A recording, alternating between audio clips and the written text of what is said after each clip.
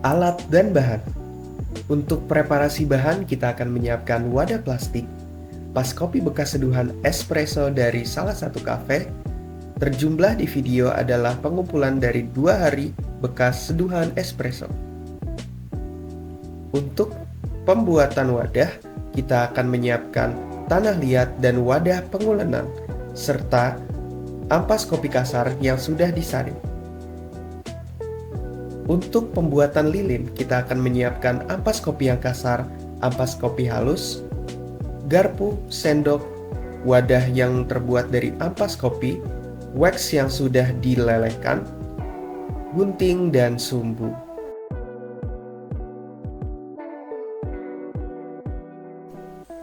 Pada tahap preparasi bahan, ampas kopi yang basah kita akan keringkan. Masukkan ampas kopi basah ke dalam kuali sambil gumpalan-gumpalannya diratakan. Nyalakan kompor dan setting di api kecil agar nantinya uap air yang ada di dalam ampas kopi basah tetap menguap, tetapi ampas kopi tersebut tidaklah gosong. Ampas kopi terus disangrai selama 2 jam. Akan lebih mudah jika proses ini menggunakan oven dengan suhu yang sudah dikendalikan. Jika sudah kering, saatnya tahap penyaringan. Ampas kopi yang sudah kering memiliki perbedaan dari ampas kopi yang masih basah, yaitu dari tekstur dan juga berat. Ampas kopi yang kering sudahlah ringan, dan juga jika dipegang dengan tangan, itu tidak meninggalkan bekas. Saringlah ampas kopi kering sampai mendapat tekstur yang diinginkan. Keseluruhan proses preparasi bahan ini adalah untuk mengeluarkan aroma kopi lebih baik lagi dan juga untuk menghindari kopi dari paparan jamur.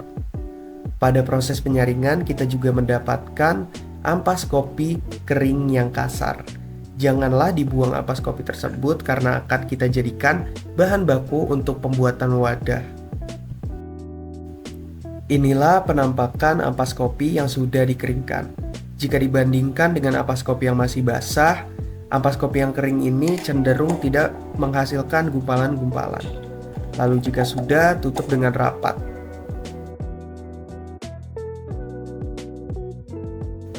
Tahap selanjutnya adalah pembuatan wadah yang intinya adalah mengulen dan mencetak adonan dari ampas kopi kering kasar dan juga tanah liat. Di sini tanah liat berfungsi sebagai perekat. Bisa kita pakai resin, tapi resin itu mahal dan juga harus mencari spesifikasi resin yang tahan dengan suhu tinggi. Karena di sini penerapan wadahnya untuk lilin aromaterapi, kita memilih untuk perekatnya menggunakan tanah liat yang memang tahan dengan suhu yang tinggi.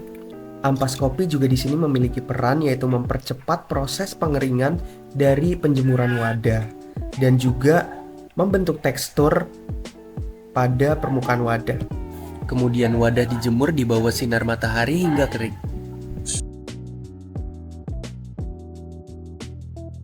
Selanjutnya adalah pembuatan lilin. Didihkan air hingga mendidih dan taruh wadah anti karat di atas air tersebut.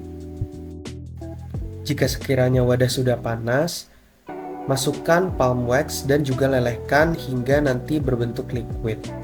Pemilihan palm wax berguna agar nantinya produk lilin aromaterapi tidak menghasilkan asap yang terlalu banyak dibandingkan jika kita menggunakan lilin biasa.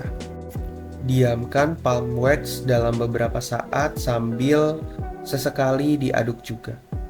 Dan ini adalah penampakan dari palm wax yang sudah dilelehkan. Langkah selanjutnya ialah mencampuri semua bahan-bahan yang sudah kita siapkan, yaitu palm wax yang sudah dilelehkan, dicampurkan ke dalam wadah bersama ampas kopi kering yang halus.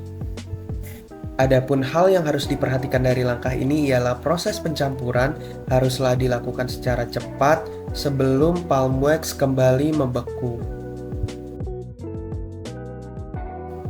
Selagi palm wax masih dalam bentuk cair, di sini juga dimasukkan sumbu dan ditaruh tegak dan ditaruh di tengah-tengah dari wadah. Ingat, pada proses ini pastikan palm wax dalam bentuk cair agar prosesnya berjalan dengan mudah. Sumbu yang diletakkan secara tegak lurus juga harus diganjel dan didiamkan hingga palm wax membeku. Berikut ini adalah penampakan dari palm wax yang sudah membeku dan juga produk lilin aromaterapi yang sudah tertanam oleh sumbu. Kemudian, produk lilin aromaterapi siap untuk digunakan. Agar aromanya lebih keluar dan bervariasi, di atas permukaan dari lilin aromaterapi bisa juga ditambahkan ampas kopi halus dan wewangian yang lain seperti daun mint dan juga kayu manis batangan.